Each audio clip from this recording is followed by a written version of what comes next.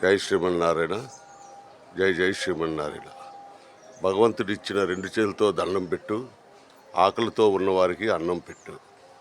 ఈరోజు తోట కృష్ణసాయి గారి పుట్టినరోజు సందర్భంగా Swami Vivekananda mother Teresa charitable ట్రస్ట్లో సంధ్యా సమయంలో ఉదయాన్నే అల్పాహారం, ఇంత చక్కటి కార్యక్రమానికి శ్రీకారం చుట్టిన కోమర ప్రదీప్ కుమార్ గారికి ప్రత్యేకమైన ధన్యవాదాలు.